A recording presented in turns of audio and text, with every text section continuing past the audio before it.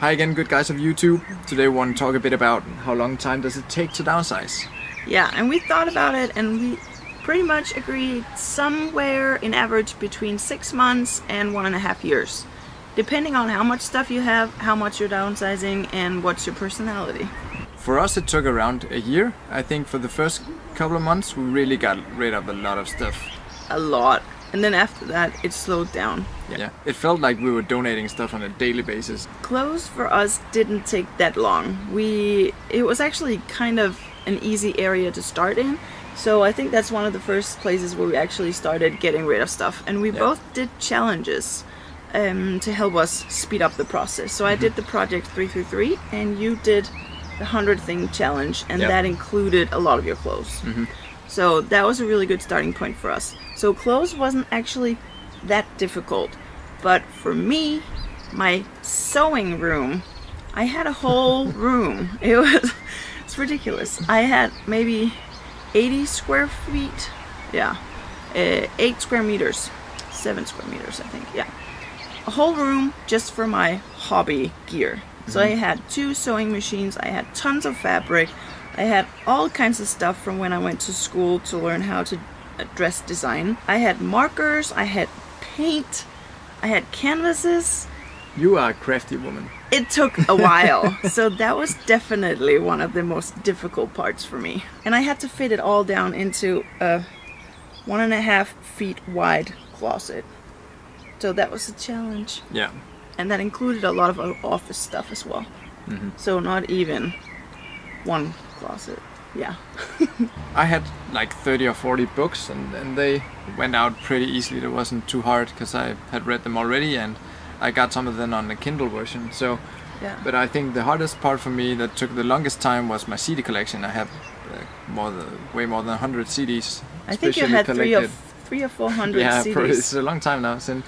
Yeah, it's been a while now. Probably 300 or 400 CDs. So huge collection of underground music and metal and punk and all that kind of good stuff.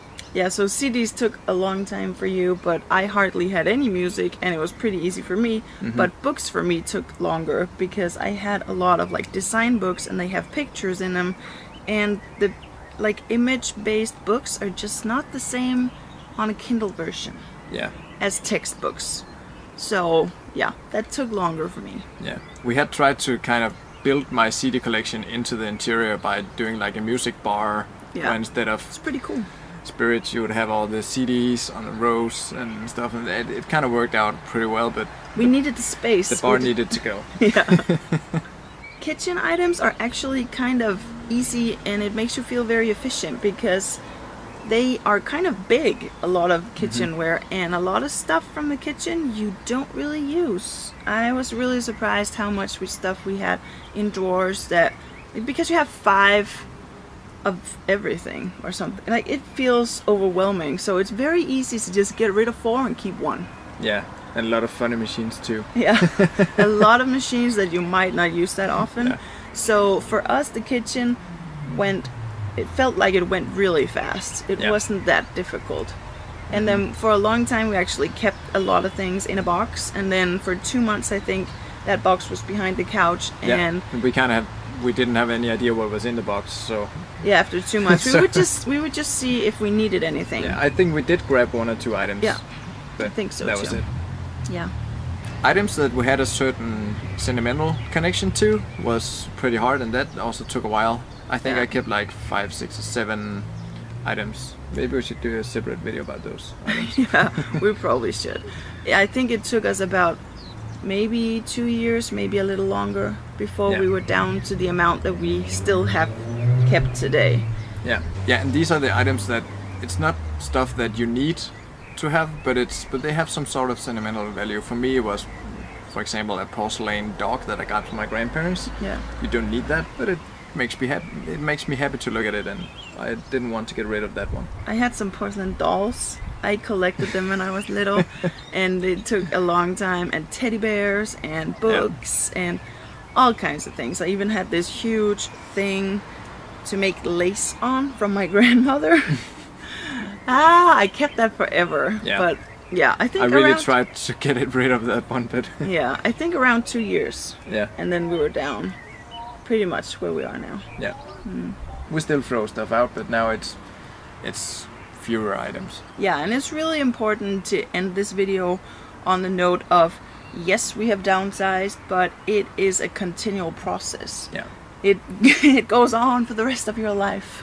It sounds very daunting, but it is. It's awesome.